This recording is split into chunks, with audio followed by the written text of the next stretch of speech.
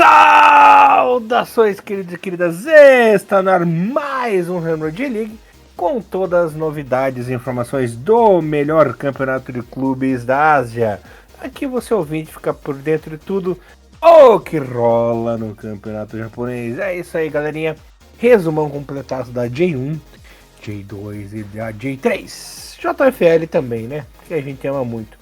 Como sempre, vocês estão na companhia de Elias Falas, o Barbudinho na apresentação. Comentários da lenda, do mito, Mr. Thiago Cruz. Tudo bem com você, meu irmãozinho? Tava com saudades de mim, né? Confesso, vai. Salve, Elias. Bom dia, boa tarde, boa noite a todos os nossos queridos ouvintes. É verdade, Elias, já fazia um tempinho que a gente não gravava junto e vamos voltar hoje para falar um pouquinho sobre a J-League, né? Uma das poucas ligas que não vai parar, né? Nesse intervalo, né? Tá todo mundo falando, o mundo todo falando sobre o campeonato de clubes da FIFA, né?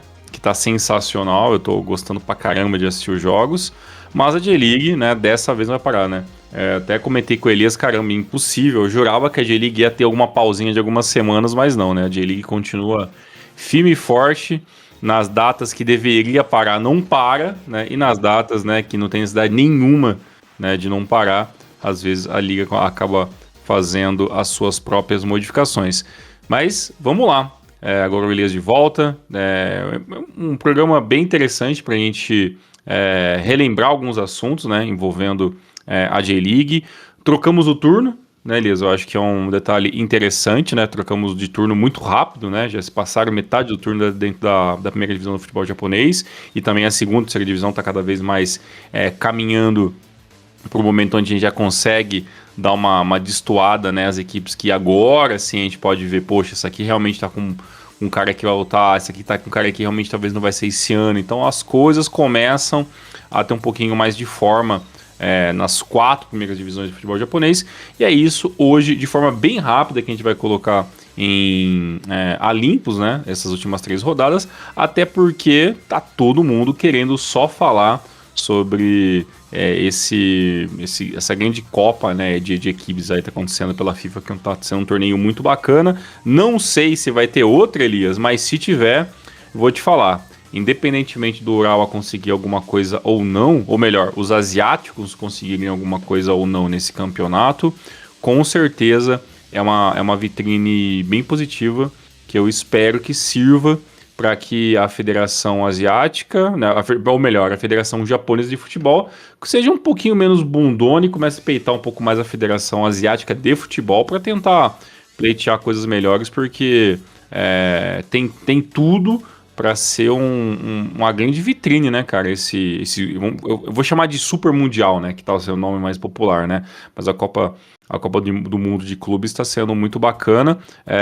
Hoje já aconteceu o jogo do Urawa, né? O primeiro jogo, né? Acabou perdendo de 3-1 para a equipe do River Plate. E dificilmente, né? O Urawa vai conseguir passar de fase e tudo mais, mas eu acho que a ideia de você ter essas equipes jogando com as melhores equipes de várias partes do mundo, putz, é um chamariz muito bacana. E mais do que de não entender o porquê que a J-League não tá parando, tô até agora sem entender por que o gigantesco Roy Brighton, né, o capitão do Urawa Reds, entrou em campo e não quis. É o único jogador que não quis cumprimentar o adversário, que fez questão de esperar na entrada do campo para dar a mão para os jogadores. Então, enfim, certas coisas que eu não consigo entender, Elias. Eu acho que ele não estava sabendo do protocolo, né? Foi o primeiro a entrar ali e deve ter moscado. Para mim é a única justificativa, né? Porque dá para ver que ele tá com uma carinha de distraído ali, né? Acontece. Pois é. E aí, falando em Mundial, vou passar uma notícia ao vivo aqui já, Tiagão. Sérgio Ramos acabou de fazer gol contra a Inter de Milão, Monterrey ganhando de 1-0 já, para você ver como é importante essa propaganda do Mundial para os clubes, né, no mundo mesmo, com o Monterrey sempre representando a CONCACAF, o México, né, nos mundiais já tradicional, e peitando a Inter aí de frente e já ganhando da Inter de Milão. Então, o Urawa, pelo amor de Deus, que acorde e também faça jogos bonitos, porque hoje jogou na marcha-letra, uma covardia ali que a equipe estava irreconhecível. Mas, deixando um pouquinho o Mundial de lado, vamos falar da J-League, Thiagão. 18ª rodada, que teve os joguinhos do Cereço, meteu 2-0 no Avispa, Nagoya 2, Urawa 1, Fadiano 2, Matira 2, Marinos 3, Kashima 1, quem diria, Shimizu 3, Kobe 2, Yokohama 1, Kashiwa 1, Albirex 2, Shonan 1, Tokyo 0, São Frente 3, Verde 1, Kyoto 0 e Frontale 2, Gamba 2, Thiagão. A rodada 18 meio que dá pra gente citar claramente a vitória do Marinos em cima do Kashima, que começa meio que o início talvez da reconstrução de um ano praticamente perdido da equipe do Marinos, né, nesse momento, que começa a angariar pontos para sair da zona de rebaixamento, que eu acho que não dá pra dizer nem que é o objetivo do Marinos, né? O objetivo do Marinos eu acho que já foi, né? Praticamente só não ser rebaixado para não acabar virando um machacota nacional, né? Mas o ano do Marinos claramente já é meio que perdido já, né? Já não tem muitas coisas positivas para estar se imaginando, né? É um ano onde tudo que poderia dar errado já deu, né? E a partir de agora eu acho que o Marinos apenas liga aquela seta de, poxa, vamos tentar se organizar aqui para sair da zona de rebaixamento, né? Para tentar aos poucos diminuir a diferença para as equipes da frente, né? Chegou um momento que chegou a ser mais de 7 pontos, né? A diferença do Marinos para as equipes que estavam ali no início do rebaixamento entre 19º e 18º, mas o Marinos aos poucos começa a diminuir essa distância e para mim ainda se mantém a possibilidade clara, lógica, que o Marinos uma hora vai sair do rebaixamento e vai conseguir terminar ali o campeonato pelo menos entre as 15, 14 melhores equipes, o que é péssimo para o Marinos, né? Mas é o que sobrou pro ano, né? É buscar essa possibilidade de sair da zona de rebaixamento e talvez nos campeonatos como que ainda tá vivo, né? Jogando por fora, fazer uma coisinha boa aqui ou coisinha boa ali, mas praticamente não há muito do que falar positivo do Marinos por enquanto, né? Apenas que o Marinos vai fazer agora a obrigação, que é sair da zona de rebaixamento, né? Thiagão fé demais, viu? Thiagão da esperança eterna do Marinos. Não, eu acho que não é nem esperança, né? Mas você já pensou a possibilidade real de chegar ao final do ano e a gente ter que falar, poxa, o Marinos caiu de divisão? É um negócio que beira o absurdo, assim, né? Infelizmente é o que me parece, né? Beira o absurdo imaginar que o Marinos possa sequer cair de campeonato, né? Já é um negócio absurdo ele estar na situação que tá, né? Mas cair de divisão é um negócio que... Enfim, se acontecer... Uma pergunta que eu até faço para os ouvintes. Seria o maior fracasso mundial do Grupo City o Marinos ser rebaixado para J2? Com certeza. Por mais que o Grupo City não invista esse dinheiro milagroso, né? O Marinos não virou uma SAF, né? Do Grupo City, né? Mas existe alguma coisa ali que envolve dinheiro envolvido e tudo mais, mas não que o Marinos dependa do dinheiro do Grupo City para alguma coisa, mas claramente é um investimento, é uma olhada que obviamente faz diferença. E para você ver, Elias, talvez o título que talvez o Marinos possa ainda ser muito plausível de ganhar ainda, talvez seja a Luvan Cup, né? A Luvan Cup já vai entrar na sua parte de mata-mata, né? O Marinos passou de fase na Luvan Cup, obviamente, e vai enfrentar, se não me engano, o Cachoeira Rei Sol na primeira partida de mata-mata e tem todas as condições de pelo menos avançar. Eu acho que na questão de Copa do Imperador, se não me engano, na Copa do Imperador o Marinos já partiu já, né? Então fica aí Copa do Imperador, fica aí a Luvan Cup e J-League, né? Tô até dando uma olhadinha aqui, se algum momento o Elias puder me confirmar só para mim não passar a informação errada, mas se eu não me engano, na Copa do Imperador o Marinos já partiu, então o que sobrou, né, é a Luvan Cup e sai do rebaixamento da J-League. Então assim, um ano extremamente perdido, né, para a equipe do Marinos, com certeza. Que fase do Marinos, hein, Thiagão? Exatamente. Fazer o quê? Thiagão, 19ª rodada, Nagoya meteu 3-0 no Albirex, Matida 0, Marinos 3, Avispa 0, Verde 0, Rei Sol 1, Kobe 3, Hiroshima 1, Frontale 2, Gamba 0, Kashima 1, Kyoto 3, Tóquio 0, Belmar e Fadiano 1-1, Tereso 4, Shimizu 2, Urawa 2, Yokohaminha 1, Thiagão. Pra você, Elias, o que você mais se destacou nessa rodada número 19 aí, que você acha interessante? Bom, a equipe do Marinos deu uma falsa esperança, né? Nessa rodada aí, conseguiu aí suas 2 vitórias consecutivas, né? 18 e 19. O que me deixou impressionado também é como o Fadiano tá conseguindo pontuar fora de casa, né, Tiagão? Tudo bem que não vence sempre, mas tá ali sempre arrancando um empatezinho fora, né? Isso aí é crucial para a sobrevivência da equipe na competição, né? Então Sim. isso aí me chamou muito a atenção também, esses pontos que a equipe do Fadiano arranca fora de casa. Se for para pensar, são esses pontos fora de casa que no final do campeonato claramente sempre faz toda a diferença, né? Então, quem consegue. E a gente vê, até a gente pode falar isso nas últimas rodadas, ainda segue meio que sempre aqueles mesmos times que tem aquela dificuldade de jogar fora de casa, né? Meio que um padrão, assim, onde os times claramente, muitos. Acabam fazendo as campanhas muito pautadas por jogos dentro de casa, né? E às vezes fora de casa meio que vai um pouquinho de franco-atirador, mas joga no sistema um pouquinho mais fechado para não tomar gol, para tentar segurar empate, né? Então isso é um padrão que também se repete, né? Na J-League, e as equipes que conseguem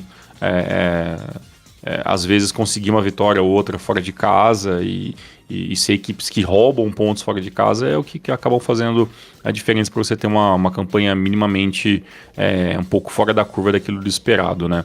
E só para completar a informação, Elias, acabei de encontrar aqui, o Marinos realmente, né, foi eliminado na última rodada, né?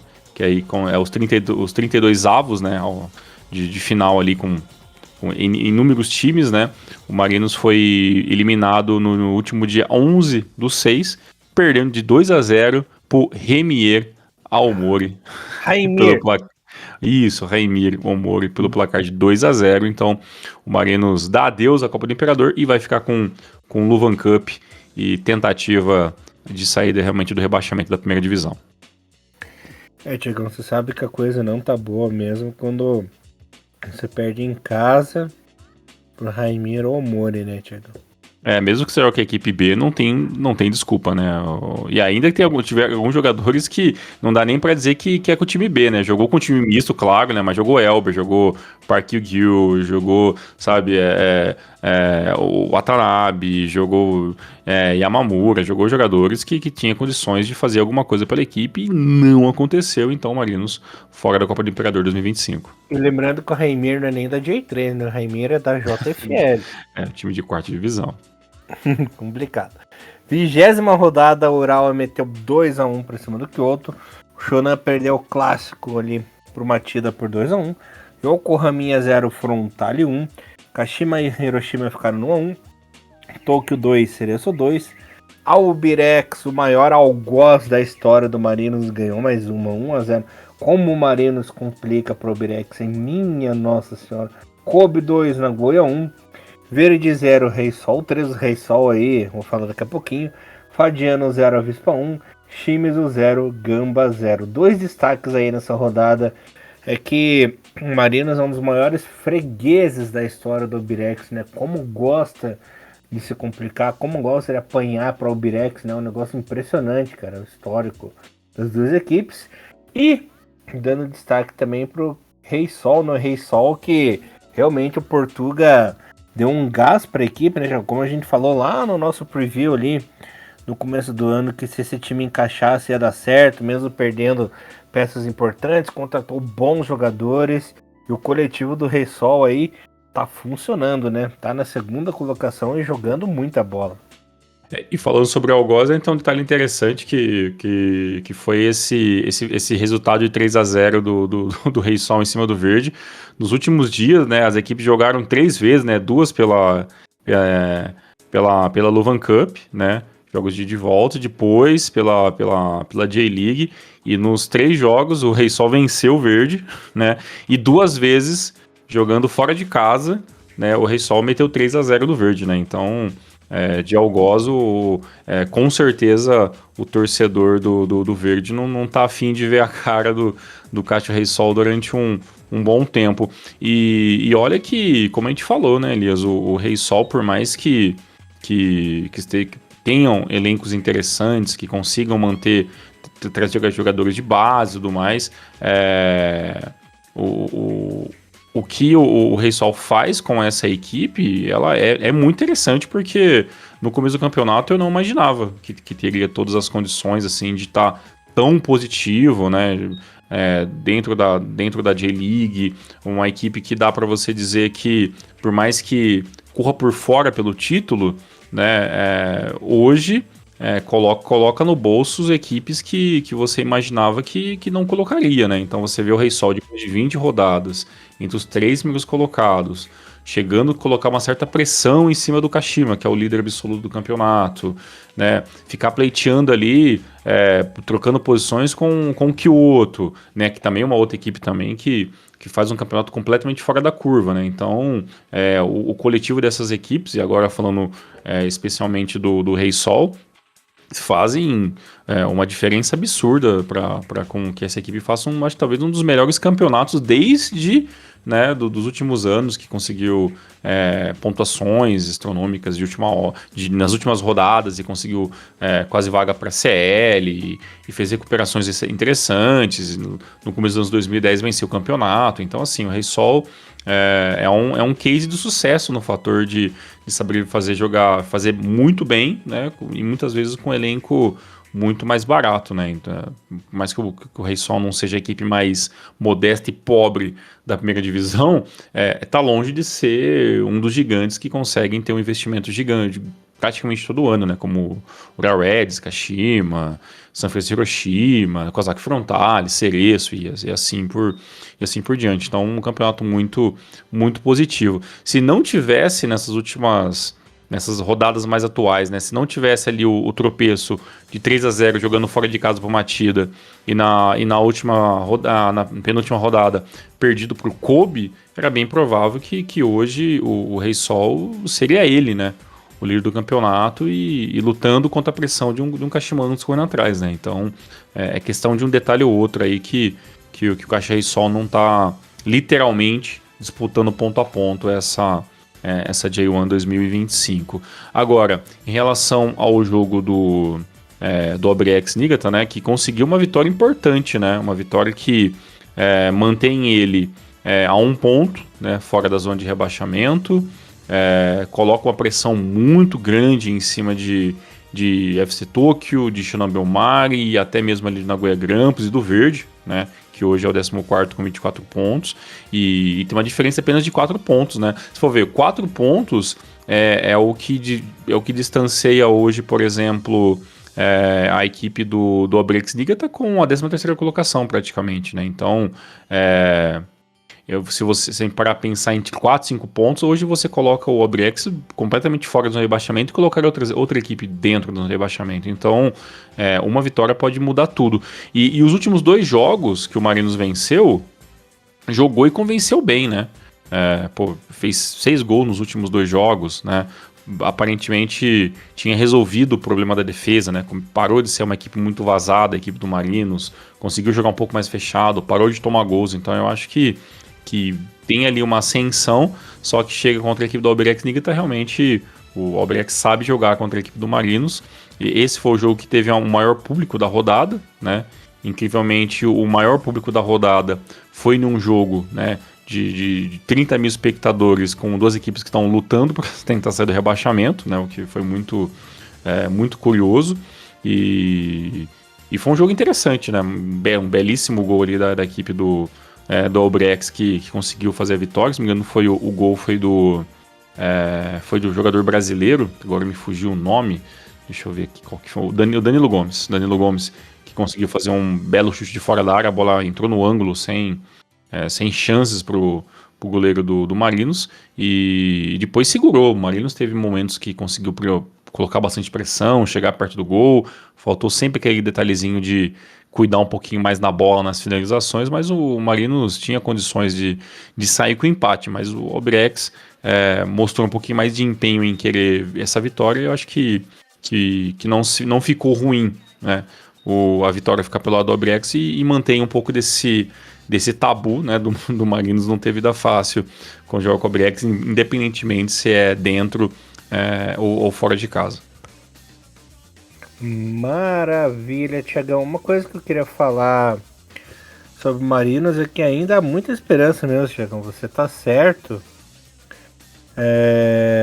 sobre essa esperança de manter o coração batendo. Você não tá tão desesperado, porque vou passar a tabelinha completa para vocês, falando de cabeça para baixo.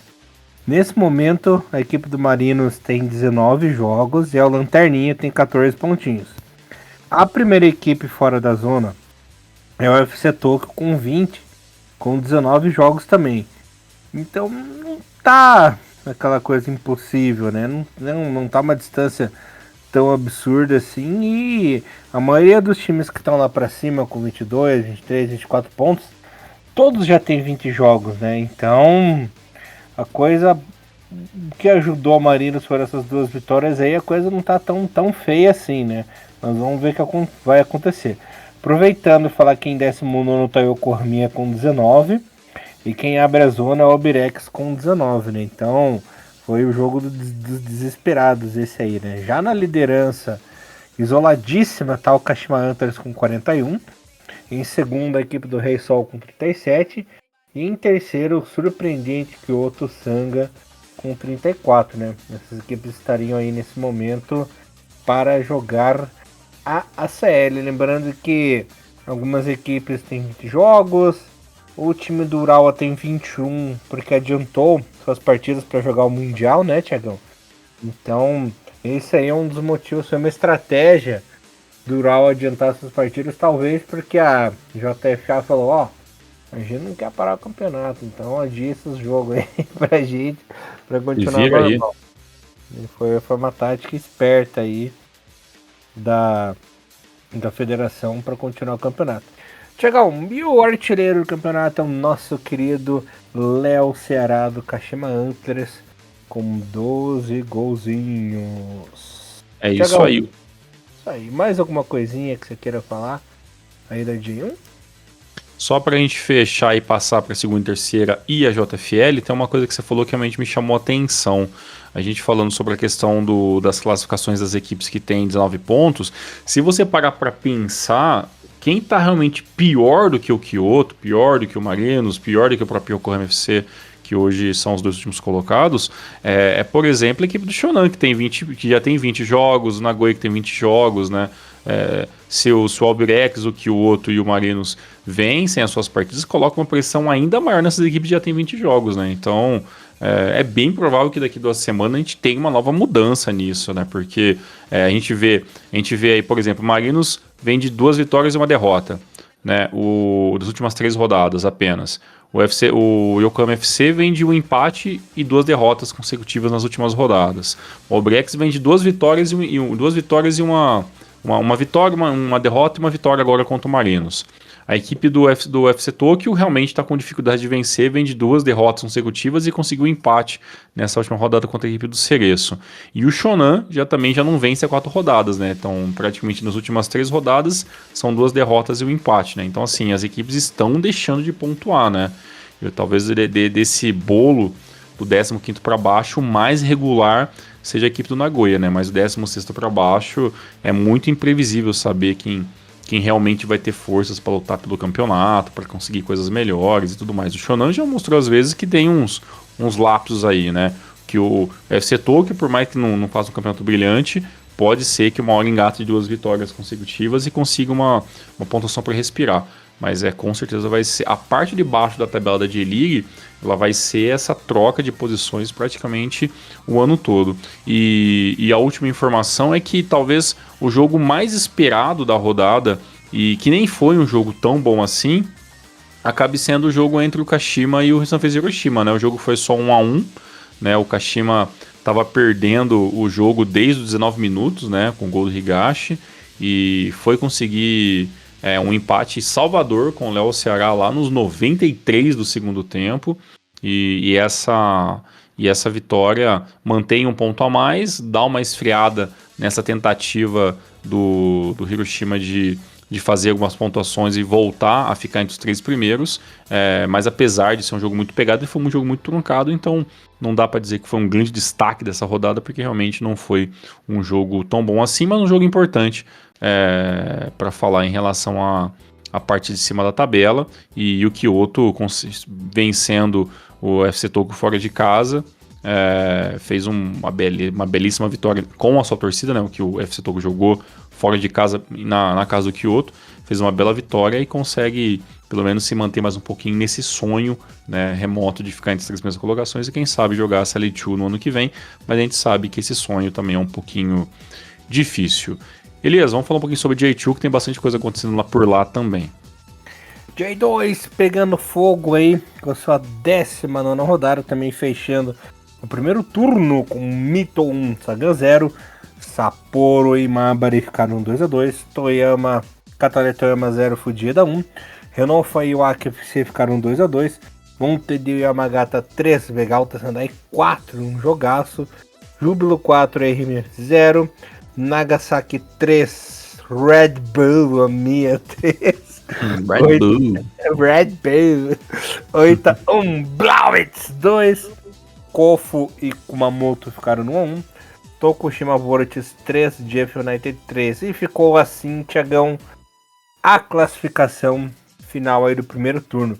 Jeff United líder com 38 pontinhos, o surpreendente Mito Hollyhock em segundo com 38 também, com 11 vitórias, 5 empates e apenas 3 derrotinhas, a mesma campanha do Jeff United, só que com menos gols, né? Em terceiro, o Omiya com 36, em quarto, Vegalta com 36 também, quinto, Tokushima 33, e fechando aí o G6, Júbilo Iwata com 32 pontinhos. Quem estaria rebaixado no momento seria o Renault Yamaguchi em 18º com 17 pontinhos, Cataler Toyama em 19º com 16 e o Erime na lanterninha com apenas 12. Eu acho que o Mito Hollyhock nunca fez uma campanha tão incrível na sua história aí da J2, hein, Thiagão? Que campanha maravilhosa. Não, uma campanha incrível, acho que é claramente o nosso destaque. O Mito tá 11 jogos sem saber o que é derrota. A última derrota do Mito foi contra o Jeff no dia 5/4. Então, do dia 5/4 até agora, dentro da J2, o Mito não soube que é perder. Inclusive, desses 11 jogos de vencibilidade, são apenas 2 empates, né? Então, fora isso, uma campanha invejável até agora. Depois dessa derrota pro Jeff, o Mito só perdeu na Luvan Cup, né? Acabou ali sendo eliminado pela equipe do Gamba Osaka, e ainda foi um jogo bem pegado, ainda acabou só 1-0 no jogo de ida, e o Mito segurou 0-0 no jogo de volta, então não vendeu fácil, né, essa vitória pro Gamba Osaka. E depois, na Copa do Imperador, o Mito acabou perdendo pro Sagamihara por placar de 1-0. Então, e também teve um amistoso também contra o Tig City, que a equipe acabou perdendo, mas amistoso acaba sendo, né, não dá muito pra gente pleitear, porque eu não vi o jogo, né, obviamente não teve, não passou em lugar nenhum, né, esse amistoso aqui pra gente, mas claramente com a equipe constantemente modificada e tudo mais.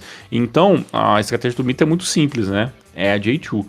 O Mito é a equipe que está na segunda divisão desde o início da segunda divisão, né, então talvez a equipe que mais tempo joga a segunda divisão, nunca foi rebaixada para a terceira e também nunca conseguiu acesso até o momento. Então é uma campanha extremamente focada em conseguir esse acesso. Eu acho que o Mito sabe das suas deficiências, sabe das suas limitações, e o caminho do Mito é claro, né? Se quer conseguir o acesso, tem que ser com a vaga direta, né? Então o Mito faz uma campanha até agora irretocável praticamente, né, talvez uma das maiores sequências de vitórias dos últimos anos de uma equipe de porte médio, né, dentro da segunda divisão, e com certeza o Mito já faz a sua melhor campanha na história até o momento. É claro que até o fim do campeonato é muito chão, né, mas o próximo jogo contra o Imabari é uma equipe que o Mito sabe jogar, né, e então tem todas as condições de manter essa derrocada de números positivos, e mesmo que uma hora não consiga mais manter esses números, né, o Mito já se coloca entre as 6 equipes principais para lutar pelo campeonato, né, ou pelo menos pelas vagas, né, para ter acesso à primeira divisão. Então vai ser interessante, né, se o Mito conseguir manter isso, uma pressão em cima de um Jeff que se perdeu um pouquinho no caminho, né, Elias? O Jeff vem das últimas 4 rodadas, vem de 3 empates e uma derrota, então toda a pontuação extra que o Jeff tinha meio que evaporou, né, então as pontuações estão extremamente igualadas, e no próximo jogo o Jeff tem um time chato de se enfrentar, né, que é o Júbilo Ata, mesmo o Júbilo jogando fora de casa, na casa do Jeff, ainda é uma equipe que também busca desesperadamente, né, ficar entre os 6 primeiros para conseguir voltar para a primeira divisão, e o Júbilo já mostrou que tem condições até mesmo de ter a vaga direta, viu? O Júbilo realmente faz uma campanha muito positiva, junto com o Mia, junto com o Mito, junto com o Jeff até o momento. Então esse G6 da J2 aí, ele vai ser muito difícil de a gente imaginar as posições que vão ficar, porque nem o líder Jeff, que tinha a faca e o queijo na mão para testar, tá sempre com 4, 5 pontos de diferença, meio que já mostra um sinal de desgaste, e talvez o Jeff esteja colocando em xeque aí talvez a melhor chance dos últimos 10 anos que ele teve para voltar à primeira divisão. Acreditamos no Jeff como nós acreditamos no Verde aquela vez, né? Agora vai! Agora tem que ir, pelo amor de Deus. se o Jeff não subir, pelo amor de Deus. Pelo amor de Deus. J3, galerinha, na 16ª rodada, com o Giravans derrotando o Azul Claro por 1-0. Eita. Nagano Parceiro 1, Gilfo 2. Eita. Nara Club 1, Gainari Totori 0. Sagami Hari e Kochi United ficaram 0-0. Ryukyu 0, Matsumoto Yamaga 3. Tsuegen 1, Tochigi City 2. Kagoshima United 1, Fangraore 1. Tegeva Haru 0, FC Osaka 0. Fukushima United 2, Tochigi 2. Zaspa Kusatsu 3. Kamatamare Sanuki 3. Líder no momento, FC Osaka Chagam 35 pontinhos. Seguido de Tochigi City em segundo com 34, sobem direto. Pessoal do playoff, Tegeva Haru Miyazaki em terceiro 28, quarto Fanrauri Hachinori 28, quinto Kagoshima United 27 e sexto Giravans com 27. Quem tá se lascando nesse momento, infelizmente, é logo o time de Ryukyu, né? O FC Ryukyu na lanterninha com 13 pontinhos. Será que Okinawa vai perder aí sua vaguinha no top 3 da J-League? Vamos ver. Os números não são nada animadores, né? Assim, não tem ninguém desesperado ainda, porque é tudo muito próximo, mas esse ano tem uma coisa muito mais interessante pra gente olhar na parte de baixo da tabela, né? Porque os 2 últimos colocados vão ter uma vida muito difícil. Bem, o último colocado é rebaixado, né? Automaticamente, né? Para a primeira ou segunda equipe da JFL, se eles não mudarem a regra até o final do ano. Mas o 19º também faz um playoff, né? Contra o rebaixamento, né? Então hoje seria o playoff, seria a equipe do Azul Claro que teria que jogar, e o Ryukyu estaria realmente tendo a despromoção, né? A queda para a quarta divisão, para jogar JFL, enfim. E isso muda completamente tudo, né, que envolve a equipe do Ryukyu. Eu espero que o Ryukyu não esteja pensando na facilidade, talvez queira jogar uma JFL, diminuir custos e tal, porque realmente a equipe veio cada vez minguando mais, né? Essa é a grande realidade, né? A equipe de Ryukyu não mostra melhora nos últimos anos, né? Do seu futebol, e cada vez se apequena mais, e meio que hoje é uma equipe média para baixo dentro da terceira divisão, né? O que realmente é meio triste. Mas como o campeonato é longo, muita gente corre esse risco, né? O próprio Sagami Hara, Nagano Parceiro, Gainari Totori também, que é outra equipe que Kamatamare Sanuki, são equipes que a gente deixou de falar entre os grandes já faz um tempinho, né? Mas eu acho que essa questão de ser um um alerta nessas as últimas colocações, então é bem provavelmente que essas equipes estejam trabalhando para tentar fugir o máximo possível, né? Mas se não for o Ryukyu, é provavelmente uma equipe que a gente fale bastante aí, que vai acabar caindo de divisão, porque realmente algumas equipes vêm se apequenando com o tempo e não vem conseguindo fazer uma boa troca de ano normalmente, e o Ryukyu, mais uma vez, é uma delas. Maravilha, Tiagão. E a nossa JFL, hein? Nossa JFL tá na 12ª rodada com os seguintes resultados. O Temo Hirakata empatou em 2-2 com o Okinawa. Maruyasu Okazaki 1, Asuka FC 0. Oh, coitado da Asuka, hein? Esse lamen tá intragável. Fiertienmie 0, Yokogawa Musashino 1.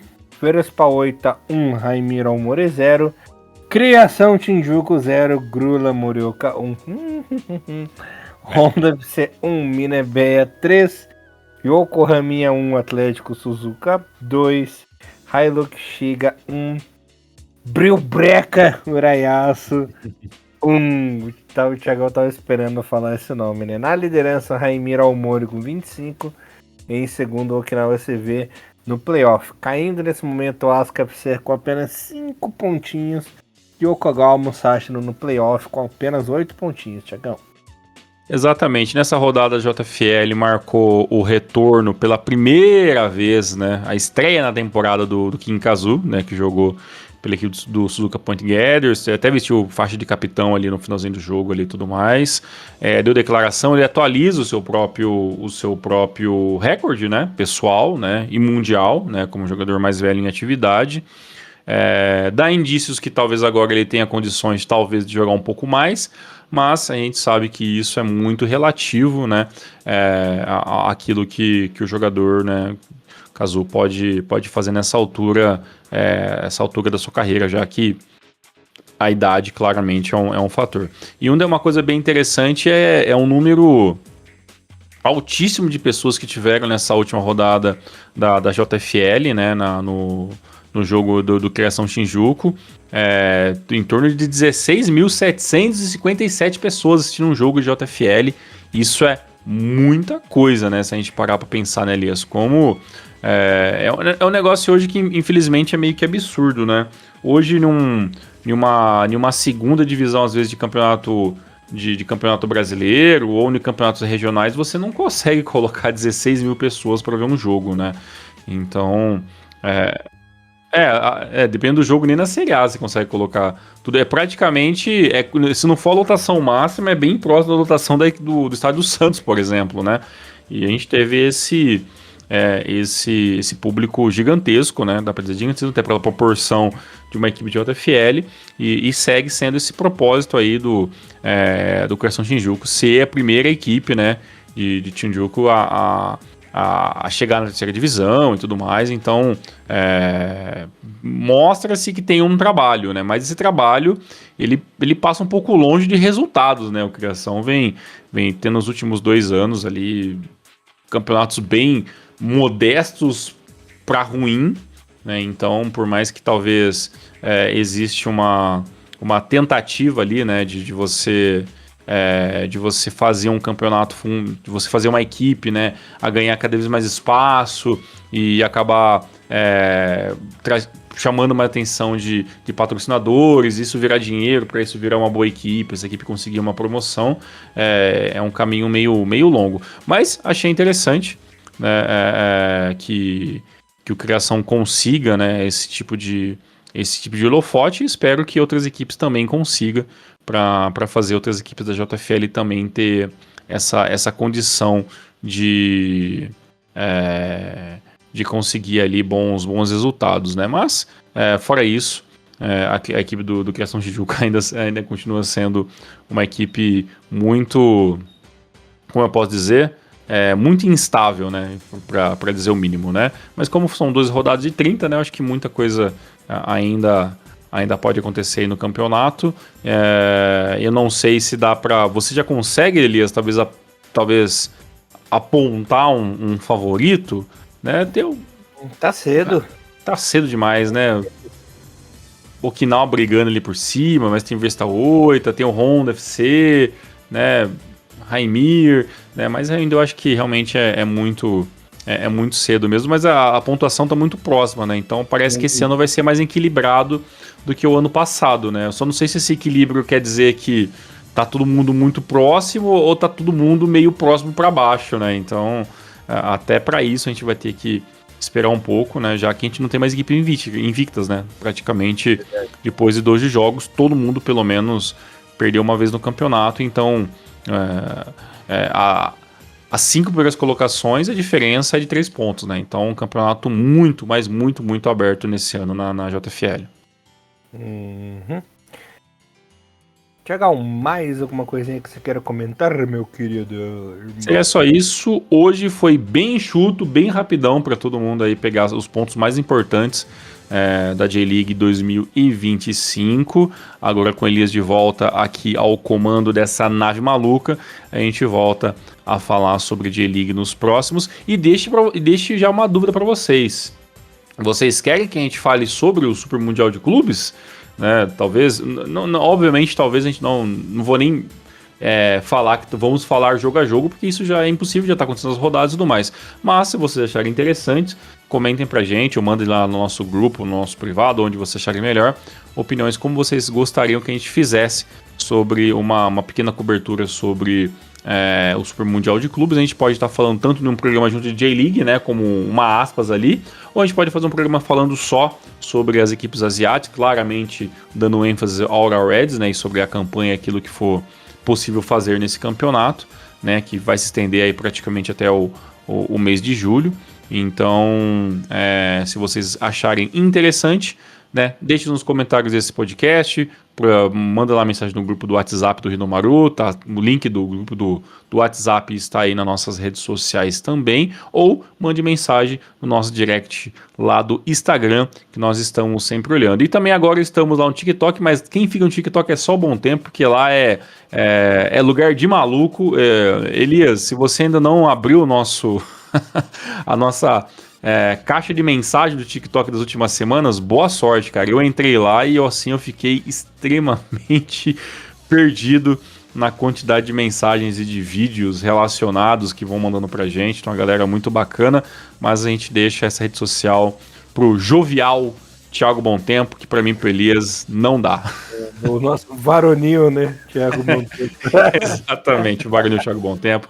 Mas mande mensagem pra gente, siga o Hinomaru também no TikTok, a galera que utiliza essa rede social. E voltamos nas próximas semanas para falar mais sobre J-League e sobre futebol japonês. Elias, tamo junto, forte abraço, ótima semana e até o próximo podcast. É isso aí, Thiagão, é isso aí, galerinha. Voltamos com mais na semana que vem. E Hinomaru, levando o melhor futebol japonês para vocês, galera. Valeu, até mais. Tchau. Valeu, tchau, tchau. Sayonara.